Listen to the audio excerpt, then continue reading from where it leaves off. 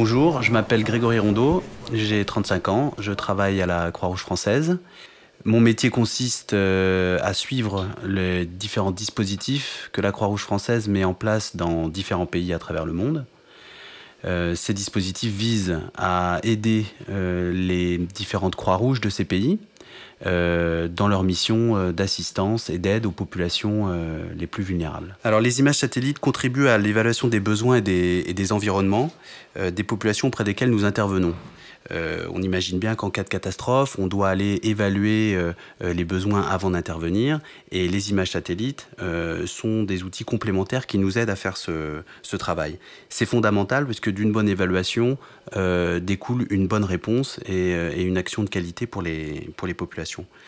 Les images satellites, c'est aussi un outil pour transmettre de l'information. On est dans un environnement où il y a beaucoup d'acteurs différents qui doivent décider beaucoup de choses en cas d'urgence rapidement, et avoir des supports qui peuvent véhiculer de l'information rapidement et la partager, c'est un point aussi très important. Donc, par exemple, lors de la catastrophe en Haïti en 2010, où il y a eu un violent séisme qui a ravagé notamment la capitale de Port-au-Prince, l'utilisation d'images satellites a pu nous permettre d'avoir accès à des informations très concrètes qui ont influencé notre façon d'aborder le problème.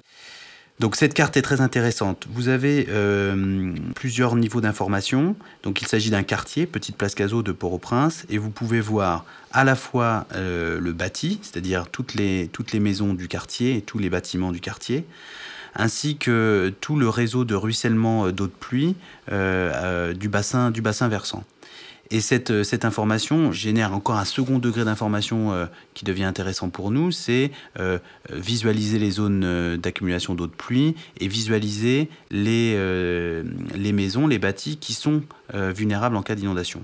Donc concrètement, vous avez en bleu sur la carte les zones d'inondation potentielle, vous avez tous les ruissellements d'eau de pluie du bassin versant sur la carte, vous avez toutes les maisons individuelles présentes avec un code couleur en fonction de son exposition au risque d'inondation.